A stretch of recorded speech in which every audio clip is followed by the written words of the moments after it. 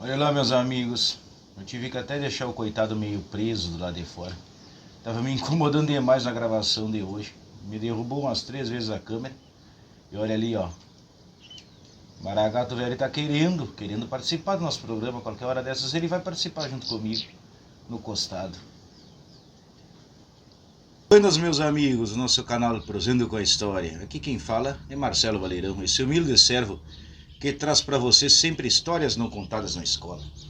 Vou pedir para tu te inscrever, para tu dar o teu like, tu compartilhar com teus amigos, pois aqui eu tenho um objeto histórico, uma lança rio-grandense das nossas lutas de fronteira, emprestada pelo meu amigo José Francisco, que eu vou abordar um tema hoje do decênio Farroupilha, ou seja, de 1835 até 1845, na nossa Guerra Civil Gaúcha.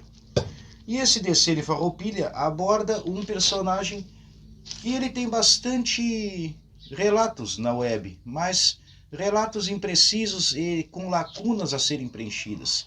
E é por isso que eu gosto de trazer essas histórias a vocês de uma forma bem gauchesca e carponeira. Depois daquele meu companheiro lá, que vocês viram no início do vídeo, tá incomodando demais o coitado. Um dia eu apresento ele para vocês, o meu potro Maragato. Mas bueno, vou falar de Joaquim Teixeira Nunes. E quem é que foi Joaquim Teixeira Nunes?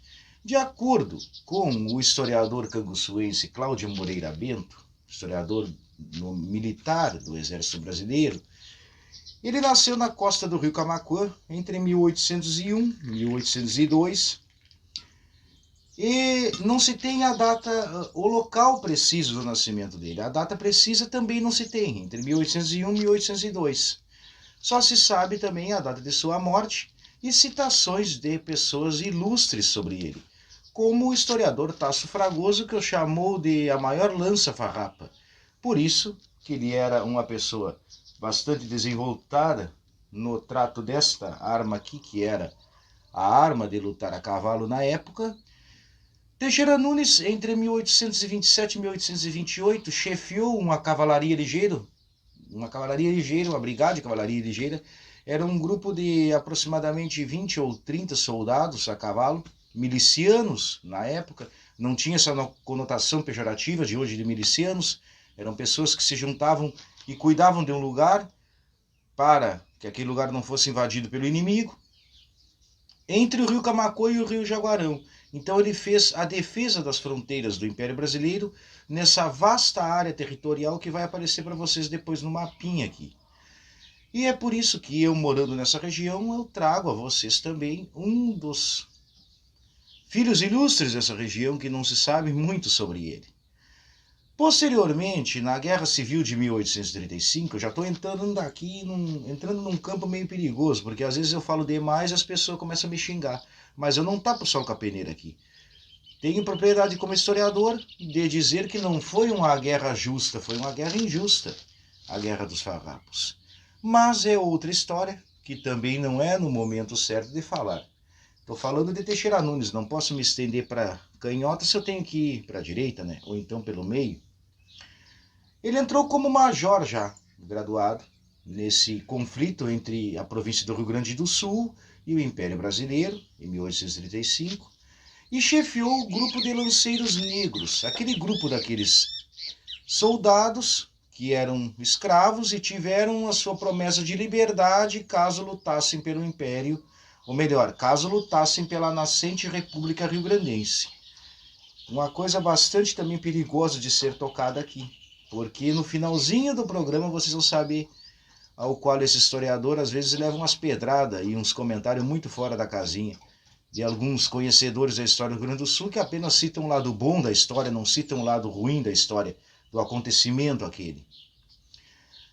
E se envolveu nesses 10 anos de conflito, 9 anos de conflito, né? Juntamente na Batalha do Rio Pardo, no combate do Rio Pardo, em 1838, ele foi um cara íntimo de Garibaldi, não íntimo nesses causos que vocês pensam, mas íntimo na amizade e na bravura, porque em 1859 Garibaldi o cita em uma de suas cartas mandadas para o Brasil, lá em Modena, na Itália.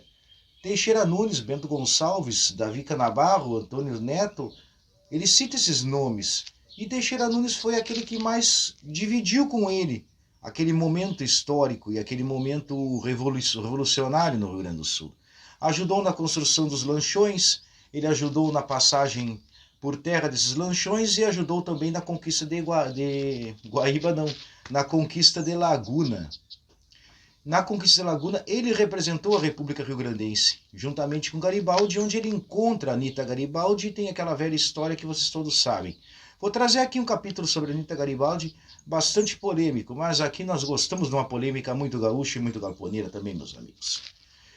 Posteriormente, quando não dá certo aquele ataque à Laguna, e eles acabam retornando para o Rio Grande do Sul, nos campos de cima da serra, tem uma divisão paulista que lutava contra os revolucionários farroupilhas. Essa divisão paulista era chefiada por Xavier da Cunha, coronel, e ele fez uma empreitada e sua maior vitória, Teixeira Nunes, sobre o coronel Xavier da Cunha. Fez um ataque rápido com seu grupo de cavalarianos e isso ganhou a alcunha de ser o gavião, pois um gavião é uma ave de rapina que vai e ataca sua presa e depois retrocede com tanta fúria e tanta rapidez que a presa fica basicamente desnorteada naquele momento. E nesse contexto histórico é dado a ele como a maior vitória da sua carreira militar, essa derrota da divisão de cima da serra dos paulistas que vieram para cá lutar contra os rebeldes farroupilhas. Sorvendo meu mate devagarito aqui, vamos chegar lá a dois pontos bastante polêmicos na Revolução Farroupilha. O primeiro ponto polêmico é a formação do grupo de lanceiros negros. Ele foi o seu segundo comandante militar. Ou seja, ele era o maior soldado, maior patente militar que comandava os lanceiros negros. Esses escravos tinham sido recrutados na região de Pelotas, na região de Canguçu, de Arroio Grande, na região de Bagé, na região de Caçapava. Todos eles tiveram a promessa que se lutassem a favor dos republicanos rio-grandenses, eles teriam a sua liberdade conquistada. Posteriormente, a gente sabe que isso não foi bem assim. E quem não sabe, eu vou dar uma dica a vocês. O massacre de Porongos, a traição de Porongos, o combate de Porongos, no dia 14 de novembro de 1844.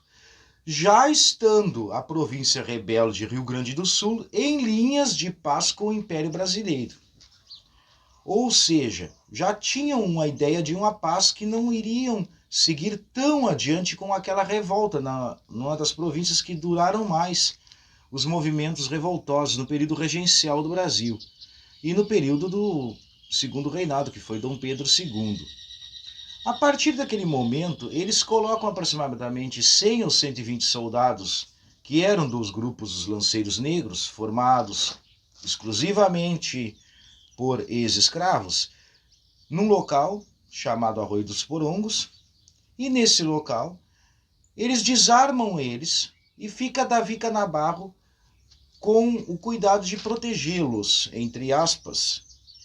Mas protegê-los de quem? De um cara que era tido como o terror dos farroupilhas, que é Francisco Pedro de Abreu, o Barão do Jacuí, conhecido como Chico Pedro, como Moringue e outros nomes, tantos quando a gente se direciona a essa figura rio-grandense que também será abordada aqui num posterior capítulo do nosso canal. Esses soldados armados são atacados à noite por Chico Pedro e são mortos praticamente em sua totalidade. Ou seja, eles não teriam um lugar para o Império Brasileiro que era escravocrata e também não teriam lugar para serem mantidos como escravos libertos ou pretos livres, como eles chamavam na época. Nós estamos aqui falando do início do século XIX. Daí qual que foi uma das melhores soluções? Eliminar eles. Por esse motivo que eu sou meio mal visto no contexto, mas é uma interpretação bastante dada, pois tu tem que ver aquele momento histórico, infelizmente. Nessa traição de Porongos, como a gente trata, Teixeira Nunes consegue se escapar com alguns de seus subordinados. E Chico Pedro de Abreu empreende uma caçada histórica contra Teixeira Nunes, até simplesmente matar ele. Essa caçada histórica teve o seu final no dia 26 de novembro, daqui a alguns dias, partindo de hoje, quando eu vou postar esse vídeo para vocês, ao qual, no combate do Arroio Grande, perto do Arroio Chasqueiro, que existe até hoje, no município de Arroio Grande, ele tem seu cavalo boleado. Quem falou isso foi Manuel Alves Caldeira. Não se sabe se esse cara é verídico, a existência dele, ou não é verídico. Foi uns relatos do final do século XIX que eles citaram Manuel Alves Caldeira sobre sendo um dos subordinados de Teixeira Nunes, e conta com mínimos detalhes da sua morte. O que acontece? Seu cavalo é boleado e roda e aperta ele. Ele mesmo assim consegue se desvencilhar e com a lança em mão continua lutando pela sua vida. Seus subordinados não sei o que acontece. Talvez alguns são mortos ou então fogem. Mas chega naquele momento ali Chico Pedro e diz simplesmente: matem o homem. Ele foi alvejado pelo alferes Manduca Rodrigues e posteriormente degolado pelo soldado Eliseu Freitas, eliminando completamente Joaquim Teixeira Nunes. Não o seu legado, mas eliminando sua parte humana. A pergunta que fica no ar, meus amigos, nesse canal é o seguinte: por que empreenderam uma caçada a um contexto de paz que nós já tínhamos? Mesmo Chico Pedro sendo um cara bastante feroz e sanguinário, ele cumpria ordens do Duque de Caxias, que era o presidente da província do Rio Grande do Sul na época da pacificação. Mesmo acontecendo isso, eles foram lá e degolaram o cara. Um dos poucos episódios de degola na Revolução Farroupilha que nós temos, que foi de um coronel que tinha um ideal federativo, tinha um ideal de liberdade entre as pessoas que lutavam pela famosa República Rio-Grandense, e talvez um cara que deve ter muito mais fontes a serem pesquisadas sobre ele. Pois, como eu citei a vocês, nem na internet aquelas imagenzinhas que aparecem são de Teixeira Nunes. São imagens fakes, falsas. E daí fica essa lacuna aberta a ser preenchida e ser debatida entre nós rio-grandenses. Aqui eu vou encerrar com vocês mais esse episódio, mostrando mais uma vez a lança rio-grandense, essa lança que muito nos tem dado orgulho e também vergonha, né, meus amigos? E deixa vocês esse momento pelo ar do que aconteceu realmente, se mataram Teixeira Nunes por vingança, para apagar a memória dele, ou simplesmente porque ele não entrava naquele contexto histórico ao qual estava sendo encerrado, que era a Revolução Farroupilha, terminada em 1845, mas já não existindo combates a partir de novembro de 1844, e o último combate levou esse homem heróico à morte.